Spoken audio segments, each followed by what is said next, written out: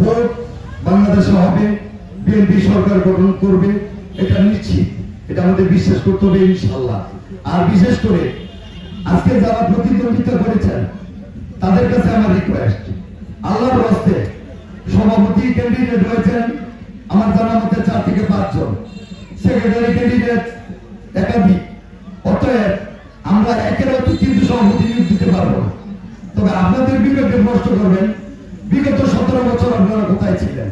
আজকে যে সভাপতি ক্যান্ডিডেট হয়েছেন, আপনারা একটা জিনিস খেয়াল করেন, আজকে কিন্তু আমাদেরকে বোকা বানাইছেন। আপনারা আমাদেরকে বোকা বানাইছেন কেমন? আপনারা 5 জন ক্যান্ডিডেট, লোক কিন্তু আমার যতটুকু ধারণা একই লোক 5 জনের সাথে আসছে। তাইলে পরে আমাদের নির্বাচনটা তো ওই ধরনেরই হবে।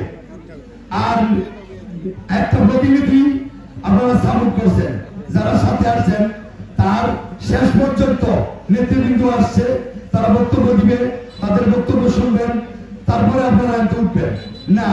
যারা প্রতিনিধি হয়েছেন তাদেরও খেয়াল নাই, আর যারা প্রতিনিধিত্ব বানাইতে আনছেন তাদেরও খেয়াল নাই। তো যাই হোক, এরকম ভুলভ্রান্তি যেন না হয়।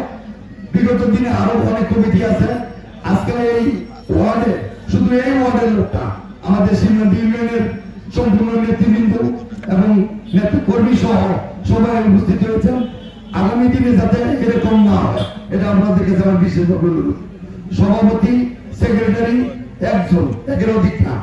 আমরা যারা আজকে নেতৃত্বে আসছি, আমরা আমাদের জননেতা জনাব খায়রুল কবির খোকন ভাই, সভাপতি ক্যান্ডিডেট আমরা অনেকেই ছিলাম, সেক্রেটারি ক্যান্ডিডেট আমরা অনেকেই ছিলাম। এটা গণমানুষের দল, এটা ছোট দল না, বাংলাদেশের একটা বৃহৎ দল। অতএব এখানে যদি কম্পিটিশন এবং প্রতিযোগিতা না থাকে, তাহলে আর কোন দলের প্রতিযোগিতা হবে? আর সভাপতি হইলেই বলে যে আমার সংগঠনে থাকতে হবে, এরকম মন মানসিকতা যেন না থাকে। যিনি সভাপতি চাচ্ছেন হয়তো ওনাকে সিনিয়র সহ সভাপতি করবো, যিনি সেক্রেটারি চাচ্ছেন হয়তো ওনাকে সিনিয়র সহ সেক্রেটারি বানাবো। এটা আপনাদের মেনে নিতে হবে। আমরা যথাসাধ্য চেষ্টা করব আমার নেতৃবৃন্দের সাথে নিয়ে আমরা সঠিক সিদ্ধান্ত এবং সঠিক যিনি নেতৃত্ব দিতে পারবেন ওনাকেই আমরা সমর্থন করব। এবং আপনারা জনগণ যাতে যারা আছেন প্রত্যেকে আপনারা